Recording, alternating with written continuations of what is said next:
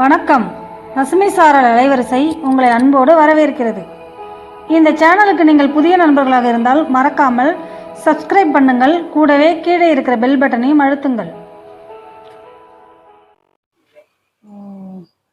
தென்னையில ஊடு பயிரா மிளகு போட்டிருக்கோம். ஊடு பயிரா தென்னையில வேற எந்த பயிரவுனா இது மிளகு சாகுபடி நல்லா வருது எங்க ஊருக்கு. இப்போ ஒரு 1.5 ஏக்கர் அப்படி போட்டிருக்கோம். எல்லாம் சேர்த்து ஒரு இப்போ கொஞ்சம் கஜா புயல்ல போயிருச்சு, இல்லாட்டி கொஞ்சம் நல்லா இருந்திருக்கும்.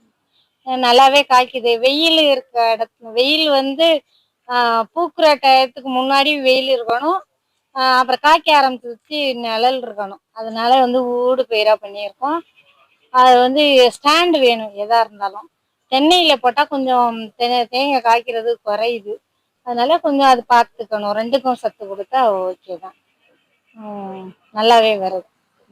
ஊடு பயிரா பண்ணும்போது தடி பயிரா பண்ணும்போது மிளகு சமவெளியில பண்ணும்போது லாபகரமா இருக்கா உங்களுக்கு? ஊடு பயிரா பண்றப்ப நம்மளுக்கு இரட்டிப்பு வருமானம். ஊடு பயிர் நம்ம செலவுகளை மேனேஜ் பண்ணிரும்.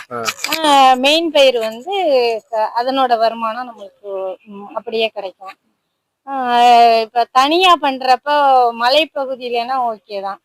நம்மளுக்கு வெயில் அதிகமா இருக்கிறதுனால கொஞ்சம் கஷ்டம். ஆனா 2மே நல்லா தான் வருது.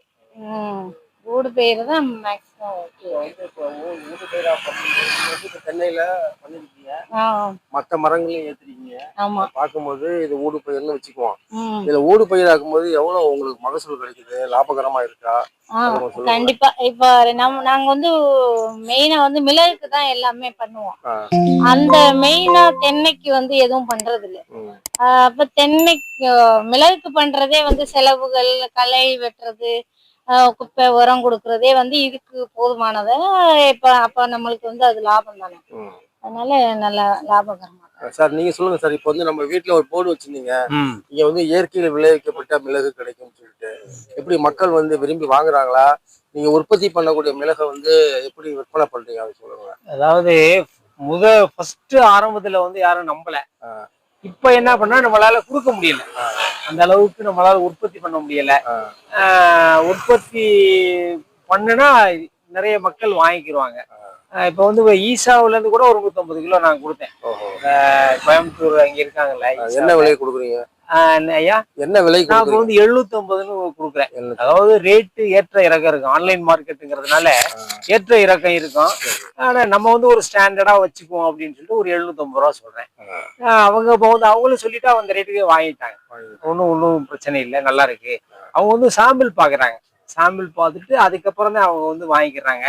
பப்ளிக் பார்த்துட்டு இது நல்லாவே இருக்குது அப்படின்னு சொல்லிட்டு அப்புறம் நம்மகிட்ட தான் வாங்குறாங்க.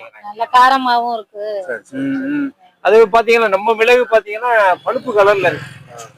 கருப்பு கலர்ந்த பழுப்பு. அந்த என்ன காரணம்னா அது நல்லா முத்த விட்டு பழுக்க விட்டு எடுக்கிறோம். அதனாலதான் காரமும் கூட இருக்குது. பொதுமக்களும் நல்லா வாங்குறாங்க. இப்ப பொதுவா இப்போ ஒரு ஏக்கர் எத்தனை ஏக்கர் மிளகு சாகுபடி பண்ணுவீங்க? கிட்டத்தட்ட ஒரு 1.5 ல இருந்து 2 ஏக்கர் வரும். 2 ஏக்கர்ல வருடத்துக்கு எவ்வளவு மிளகு? இப்ப இது முழு நேர முழு விசமான நிலையில இது ஒரு பகுதி அளவு தானே பண்றான். சரி. அதனால பாத்தீங்கன்னா இப்ப ஊடு பயிரா பண்ணும் பொழுது பாத்தீங்கன்னா அதுலயும் வருமானம் வரும், இதுலயும் வருமானம் வரும். இதுல இருந்து பாத்தீங்கன்னா ஆவரேஜ் பாத்தீங்கன்னா இப்ப போன வருஷம் கொஞ்சம் அதிகமா இருந்துச்சு. இப்ப இந்த வருஷம் ஒரு 200 கிலோ தான் வந்திருக்கு. அடுத்த வருஷம் கொஞ்சம் குறையும், கூடும். அப்படிதான். ஆவரேஜ் 200 கிலோ வரும். 200 கிலோ வரும். 200 கிலோ ஒரு 1.5 லட்சம் கிடைக்குது. 1.5 லட்சம் 2 லட்சம் கிடைக்குது வருஷம். Yearly once. நமக்கு தேவை, அதாவது மனம் இருந்தால் மார்க்கம் உண்டு. இப்போ நம்ம விவசாயிகள் எல்லாருமே தமிழ்நாடு முழுவதும் விளைவிச்சு பலன் பெறலாம். நல்லதுதான்.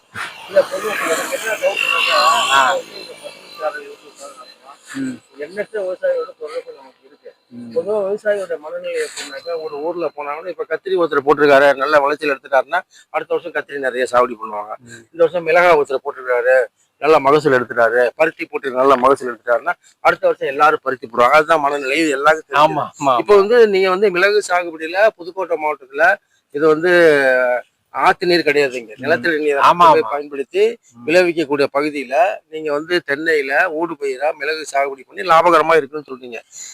ஏன் வந்து எல்லா விவசாயிகள் வர்றதுக்கு இன்னும் அதிகமான ஏரியாக்கள் வர்றதுக்கு ஒரு தயக்கம் இருக்கிற மாதிரி தெரியுது? அதுக்கு என்ன தயக்கம்லாம் இல்ல, எல்லாரும் விரும்புறாங்க சார். அந்த கண்ணை வந்து கொண்டு போய் அவங்களால ஃபர்ஸ்ட் வந்து அது டக்குன்னு வர மாட்டேங்குது, வளர மாட்டேங்குது. ஒவ்வொரு இடத்துக்கு ஏரியாவுக்கு மாறுறதுனால கொஞ்சம் அத வந்து உற்பத்தி பண்றதுக்கு அவங்களுக்கு சிரமமா இருக்கு.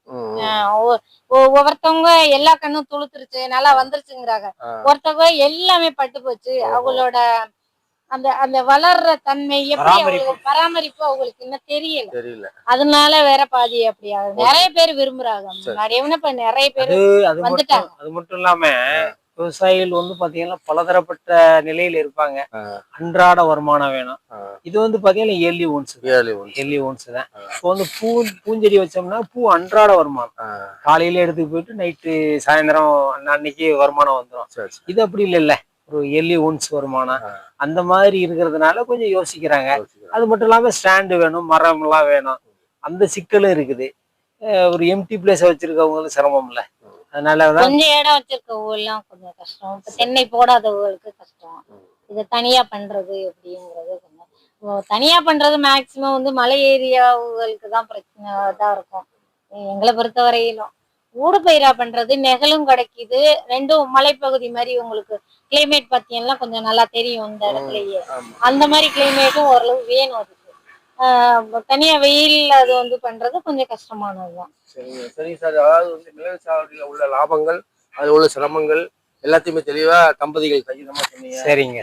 இப்ப என்னுடைய கடைசியா ஒரு கேள்வி, இப்ப நம்ம அந்த வீடியோ சேனல்ல பதிவேற்றம் பண்ண பிறகு நம்மளும் இந்த மாதிரி செய்யலாம் அப்படின்னு சொல்லிட்டு யாராவது உங்களை தொடர்பு கொள்ளவோ உங்களிடத்தில் வந்து பயிற்சி எடுக்கவோ கூட ஆசைப்படுவாங்க. அப்படிங்கும்போது உங்களுடைய இது எந்த இடத்துல, மாவட்டம், ஊர் பேரை சொல்லிட்டு உங்க ஃபோன் நம்பர் மட்டும் சொல்லுங்க. சரி. இப்ப இது வந்து இப்ப வந்து வடகாடு கிராமம், புதுக்கோட்டை மாவட்டம், ஆலாங்குடி தாலுகா, வடகாடு கிராமத்துல இருந்து நான் விவசாயம் பண்ணிட்டு இருக்கேன். சரி. என்னுடைய ஃபோன் நம்பர் வந்து பாத்தீங்கன்னா 944 31 53 248. இந்த நம்பருக்கு கான்டாக்ட் பண்ணாக்க நான் வந்து என்ன தகவல் கேட்டாலும் சொல்றதுக்கு தயாரா இருக்கிறேன். தெரிஞ்ச தகவலை நான் சொல்லுவேன். நிச்சயமா உதவி செய்வேன். ரொம்ப நன்றி. ரொம்ப நன்றி.